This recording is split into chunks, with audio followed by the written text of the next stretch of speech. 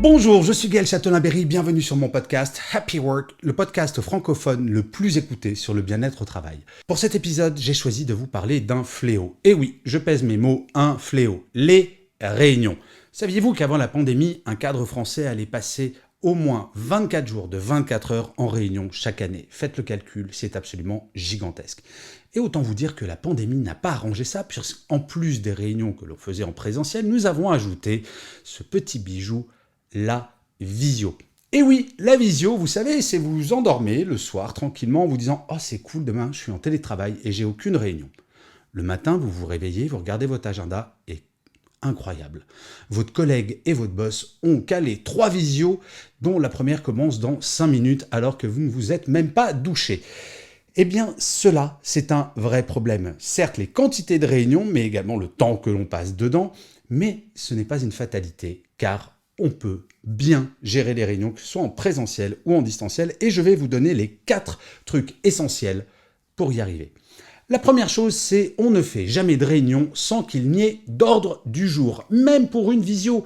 Et j'avais appliqué une règle du temps où j'étais en entreprise, une réunion sans ordre du jour 24 heures avant la réunion était automatiquement annulée. Non, ce n'est pas du sadisme, c'est juste que si on n'a pas d'ordre du jour, eh bien, forcément, on va passer d'un sujet à l'autre sans arrêt et la réunion va durer. Par ailleurs, un ordre du jour permet à chaque personne, à chaque participant et participante de préparer la réunion et même d'anticiper et de se dire « mais est-ce que je suis vraiment utile dans cette réunion ?» et le cas échéant de dire à l'organisateur ou à l'organisatrice désolé, mais dans cet ordre du jour, je ne vois pas ce que je pourrais apporter, donc je me retire de la réunion. L'ordre du jour est fondamental.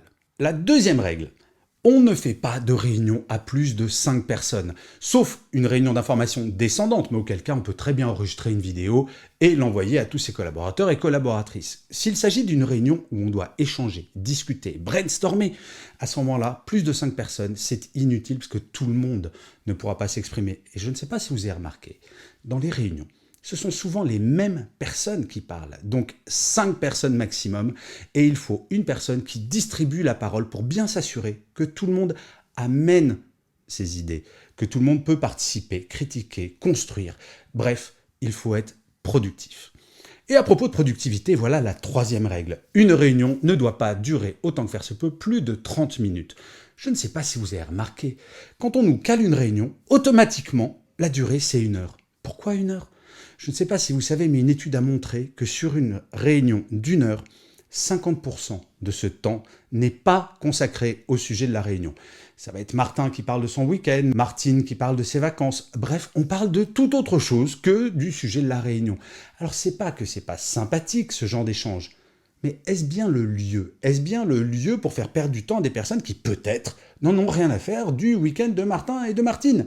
Alors, l'avantage d'être contraint en temps, c'est que l'on va à l'essentiel. Et si jamais vous voulez connaître le week-end de Martin et les vacances de Martine, à ce moment-là, faites une petite visio en fin de journée avec ces 2 personnes et vous n'échangez que sur ce sujet sans forcément faire perdre du temps à tout le monde. Par ailleurs, avoir des réunions en nombre réduit, 5 personnes, cela permet d'éviter cette espèce de réflexe un peu bizarre du « j'invite tout le monde » parce que ça peut faire plaisir, et puis on ne sait jamais, peut-être que la personne aura quelque chose à dire.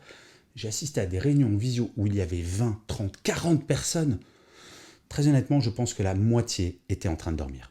La 4e et dernière règle, ce n'est pas la moins importante. Pas de réunion sans compte-rendu. Oui, je sais ce que vous allez me dire. Faire un compte-rendu, c'est saoulant. Eh bien, le fait d'imposer ces comptes-rendus va avoir 2 effets. Le premier, c'est que, comme c'est saoulant de faire un compte-rendu, avant d'organiser une réunion, on va y réfléchir à 2 fois. J'avais fait ça dans une des dernières entreprises où je travaillais, j'avais imposé les comptes-rendus. Eh bien, figurez-vous qu'on a divisé par plus de 2 le nombre de réunions, et ce, en moins d'1 mois, parce que les gens réfléchissent. L'autre avantage de faire un compte-rendu, pas forcément des comptes-rendus de 10 pages, un compte-rendu tout simple avec des bullet points qui disent voilà ce que l'on a décidé, voilà ce qu'un tel doit faire pour telle date, et ça laisse une trace, parce que bien souvent, on fait des réunions pour faire une réunion, voire on fait des réunions pour préparer l'ordre du jour de la réunion d'après.